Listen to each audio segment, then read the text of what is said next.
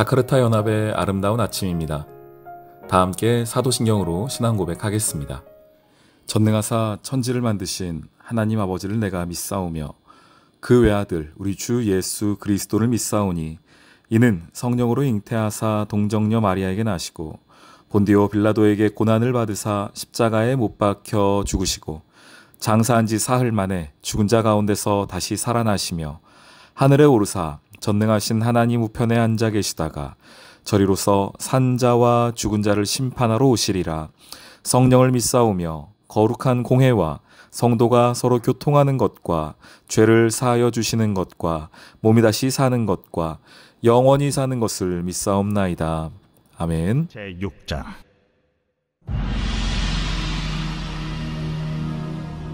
이스라엘 자손들로 말미암아 여리고는 굳게 닫혔고 출입하는 자가 없더라.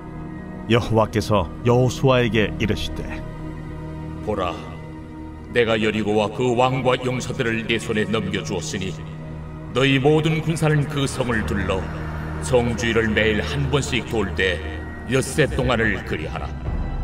제사장 7은 7 양각 나팔을 잡고 언약궤 앞에서 나아갈 것이요 7째 날에는 그 성을 7번 돌며 그 제사장들은 나팔을 불 것이며 제사장들이 양각 나팔을 길게 불어 그 나팔 소리가 너희에게 들릴 때에는 백성은 다 큰 소리로 외쳐 부를 것이라.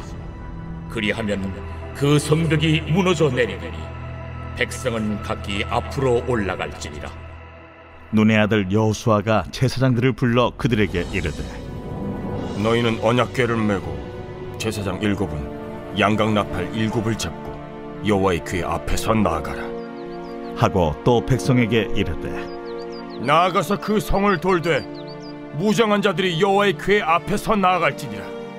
여호수아가 백성에게 이르기를 마침에 제사장 7은 양각 나팔 7을 잡고 여호와 앞에서 나아가며 나팔을 불고 여호와의 언약궤는 그 뒤를 따르며 그 무장한 자들은 나팔 부는 제사장들 앞에서 행진하며 후군은 궤 뒤를 따르고 제사장들은 나팔을 불며 행진하더라. 여호수아가 백성에게 명령하여 이르되 너희는 외치지 말며 너희 음성을 들리게 하지 말며 너희 입에서 아무 말도 내지 말라. 그리하다가 내가 너희에게 명령하여 외치라 하는 날에 외칠지니라. 하고 여호와의 궤가 그 성을 한 번 돌게 하고 그들이 진영으로 들어와서 진영에서 자니라. 또 여호수아가 아침에 일찍이 일어나니 제사장들이 여호와의 궤를 메고 제사장 7은 양각 나팔 7을 잡고 여호와의 궤 앞에서 계속 행진하며 나팔을 불고 무장한 자들은 그 앞에 행진하며 후군은 여호와의 궤 뒤를 따르고 제사장들은 나팔을 불며 행진하니라. 그 둘째 날에도 그 성을 한 번 돌고 진영으로 돌아오니라. 엿새 동안을 이같이 행하니라. 7째 날 새벽에 그들이 일찍이 일어나서 전과 같은 방식으로 그 성을 7번 도니 그 성을 7번 돌기는 그날뿐이었더라. 7번째에 제사장들이 나팔을 불 때에 여호수아가 백성에게 이르되 외치라! 여호와께서 너희에게 이 성을 주셨느니라. 이 성과 그 가운데 있는 모든 것은 여호와께 온전히 바치되 기생 라합과 그 집에 동거하는 자는 모두 살려주라. 이는 우리가 보낸 사자들을 그가 숨겨주었음이니라. 너희는 온전히 바치고 그 바친 것 중에서 어떤 것이든지 취하여 너희가 이스라엘 진영으로 바치는 것이 되게 하여 고통을 당하게 되지 아니하도록 오직 너희는 그 바친 물건에 손대지 말라. 은금과 동철기구들은 다 여호와께 구별될 것이니 그것을 여호와의 곳간에 드릴지니라. 이에 백성은 외치고 제사장들은 나팔을 불매 백성이 나팔 소리를 들을 때에 크게 소리질러 외치니 성벽이 무너져 내린지라.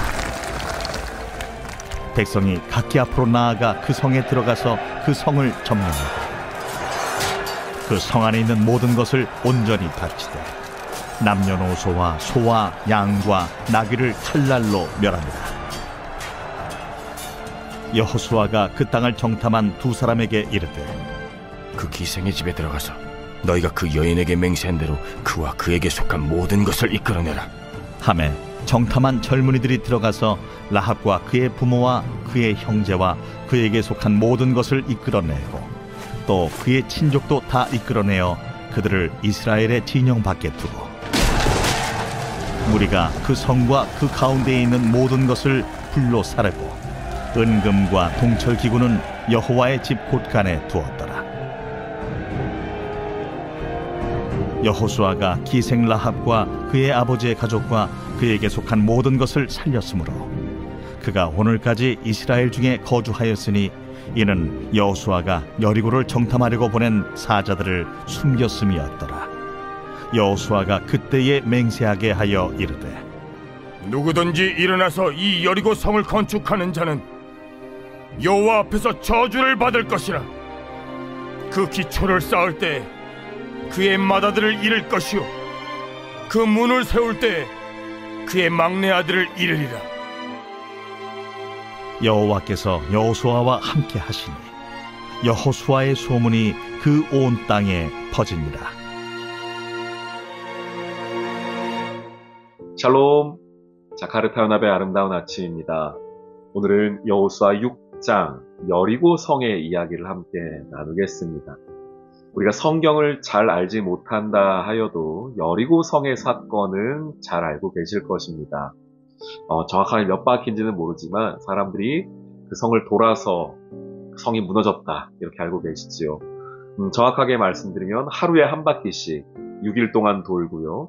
마지막 7일째에는 7바퀴를 돕니다. 그럼 총 13바퀴를 성을 돌고서 마지막에 함께 소리쳤을 때에 성이 무너졌더라는 매우 놀라운 사건입니다. 이 사건이 중요한 이유는 먼저 여호수아 6장 초반 아니겠습니까? 요단강을 건너오자마자 첫 번째 맞이하게 된 이스라엘의 어려움입니다. 그리고 그것은 앞으로 이스라엘이 삶을 살아갈 때, 특별히 그 땅 가나안에서 살아갈 때에 어떻게 해야지 승리하는가를 하나님께서 몸소 가르쳐 주신 사건입니다. 이스라엘은 몸소 그것을 경험한 사건이죠. 그래서 이것은 여리고성 사건 하나의 이야기가 아니라 이스라엘 백성이 가나안 땅에서 살아갈 때에 어떠한 삶의 태도로 살아야 하는가, 특별히 여리고라고 하는 그 커다란 문제 앞에서 어떤 태도를 취해야 하는가, 우리에게 가져온다면 성도는 내가 어찌할 수 없는 문제 앞에서 어떤 태도를 취해야 하는가를 보여주고 있습니다. 어떻게 태도를 취해야 할까요? 그 문제 앞에서 이렇게 한 바퀴씩 뱅글뱅글 돌아야 할까요? 그래서 어떤 분들은 그렇게 정말 하시더라고요. 하나님, 제가 원하는 어떤 지역이 있습니다. 가게 자리가 있습니다. 근데 아직 제가 상황도 안 되고 어쩔 수 없습니다. 그럴 때에 그 가게 앞을 찾아가신대요. 그래서 한 바퀴씩 돌면서 기도하신답니다. 예, 저는 그것도 참 귀한 믿음의 고백이라고 생각합니다. 또 하나님 그렇게 했을 때에 은혜 주시는 것들은 그런 간증들도 많이 듣기도 하고요. 그런데 원래 중요한 것은 단순히 한 바퀴를 돌아라 이 얘기가 아니죠. 한번 말씀을 좀 보시겠습니다. 오늘 여호수아 6장 4절 말씀에 먼저 6일 동안 6바퀴를 돈 다음에 마지막 7일 날입니다. 제사장 7은 7 양각 나팔을 잡고 언약궤 앞에서 나아갈 것이요 7째 날에는 그 성을 7번 돌며 그 제사장들은 나팔을 불 것이며 제사장들이 양각 나팔을 길게 불어 그 나팔 소리가 너희에게 들릴 때에 백성은 다 큰 소리로 외쳐 부를 것이라. 총 13바퀴이죠. 그리고 마지막 순간에 나팔을 불었을 때에 함께 큰 소리를 내라 라고 이야기합니다. 이스라엘에게 있어서 특별히 출애굽한 이후에 광야 생활을 하던 이스라엘에게 이 나팔이란 전진입니다. 또한 전쟁의 시작을 의미합니다. 여리고 성에 전쟁이 시작되었다는 겁니다. 양각 나팔을 분다는 것은요, 전진하라는 것입니다. 그런데 그 전까지는 어떻게 합니까? 10절 말씀 보실까요? 여호수아가 백성에게 명령하여 이르되 너희는 외치지 말며 너희 음성을 들리게 하지 말며 너희의 입에서 아무 말도 내지 말라. 그리하다가 내가 너희에게 명령하여 외치라 하는 날에 외칠지니라. 13바퀴 도는 동안은 외치지 말며 음성도 내지 말고 너희 입에서 아무 말도 내지 말라. 그러다가 나팔 소리, 진격하라 라는 소리가 들리면 그때에 큰 소리를 외치라는 겁니다. 이 소리를 외친다는 것은 어떤 의미로 여러분 받아들여지십니까? 단순히 이것이 소리였겠습니까? 이스라엘의 믿음의 고백 아닙니까? 하나님께서 우리에게 이 성을 어떻게 주시는가, 하나님의 약속을 확인하는 것이 이 소리로 표현된 것 아니겠습니까? 저는 이것은 우리의 기도라 말씀드리고 싶습니다. 삶의 문제 앞에서 우리가 이런 말도 하고 싶고 저런 말도 하고 싶습니다. 내 입술의 불평, 불만과 내 가운데에 다른 이들을 향하여서 도움을 요청하고 싶기도 합니다. 그런데 하나님께서 하나님의 자녀들이 살아가는 삶의 방식을 어떻게 말씀하시냐면 너희는 그 문제 앞에서 아무 소리도 하지 말고 그저 돌라는 겁니다. 음성을 들리지 않게 하라는 것입니다.